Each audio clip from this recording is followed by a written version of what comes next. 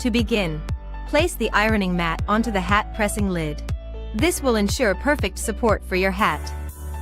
Slide your hat onto the lid and position your design. Secure your design in place using heat-resistant tape. Press power to turn on the machine. Then use set to precisely set the temperature.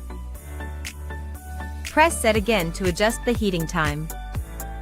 The heating process completes once the set button lights green. Long press the power button for about 2 seconds to count down.